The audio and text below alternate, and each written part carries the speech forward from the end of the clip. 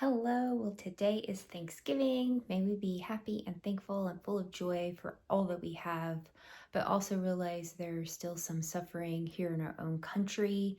And some of them are in West North Carolina, where the disastrous hurricane was almost 2 months ago. And Dr. Berg posted something on this today that really caught my attention. And this is where I felt that I wanted to do my giving to my fellow Americans that were really not getting the help that they needed. FEMA was down there. Everybody that I talked to did not see FEMA. Some people that did get to go, they had to go to the FEMA office, and they did, but they were only offered, very little down there. Yes, the Red Cross was down there.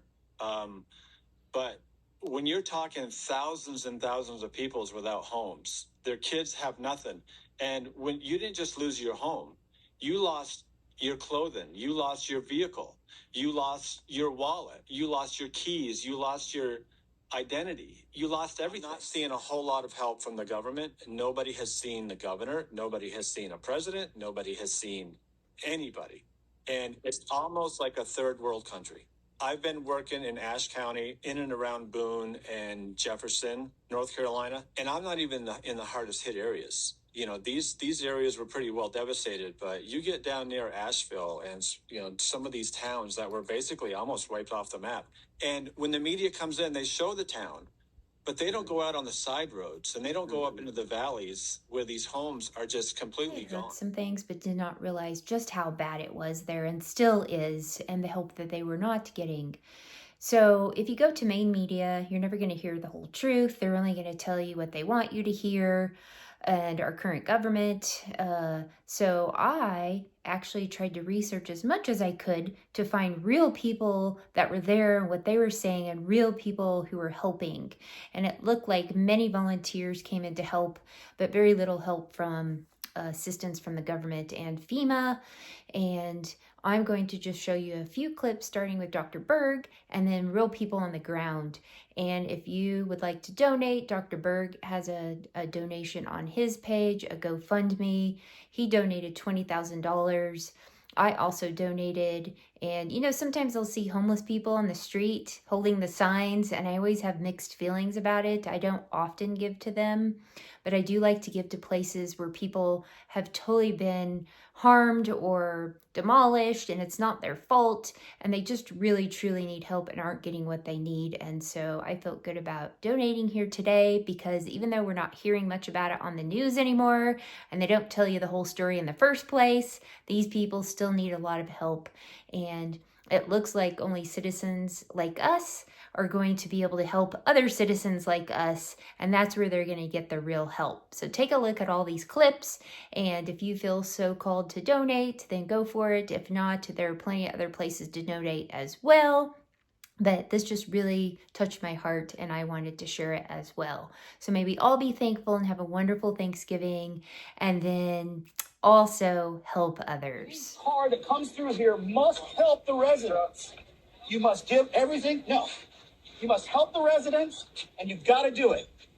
I want both of your names, because seriously, it's going all the way to the governor's office. For 8 days, 9 days post-hurricane, and that was the first FEMA drop I've seen here in the Swannanoa area. One helo come in, and I was told that was FEMA, and that was it. Today was the first FEMA delivery that I've seen or I've heard of in the entire region.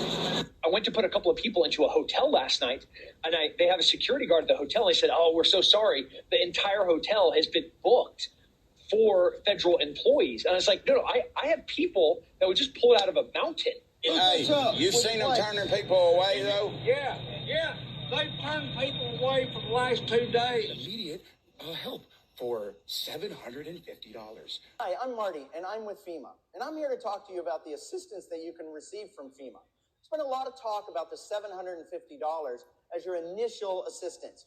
Well, that $750 is to help you with food and water and your essential needs right now. Well, okay, I went on FEMA, I applied, and I immediately got denied. Everybody in my area that I've talked to, including myself, who applied for the $750 assistance payment from FEMA, has been denied. I did apply for FEMA assistance and was denied. And funding and fostering an unprecedented, unmitigated wave of undocumented immigrants, illegal immigrants, whatever you want to call them, through the Shelter and Services Program.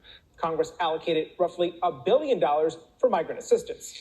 The Shelter and Service Program helps distribute funds to help communities provide services to migrants, such as temporary shelter, food, and urgent medical care. And FEMA says on its website that disaster relief money has not been diverted for other non-disaster related efforts.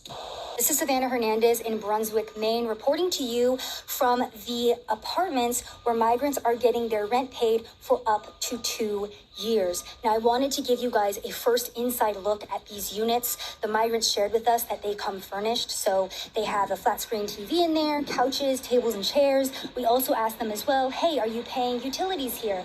They shared with us that no, they do not have a water bill, they do not have an electricity bill. We don't pay anything. Because there is a housing crisis going on currently for residents, and these buildings were initially created for Maine residents, but then it was decided that homeless migrants would be living here. Unable to afford to rebuild and are now at risk of being forced to move out of the area altogether, start over with nothing or next to nothing, and to leave the area that, for many people, their families have been part of for generations and generations. That's what's happening here. It's such a cluster, you would think that this was the most inept coordination of resources ever, or the most Machiavellian evil. I don't know. I don't know.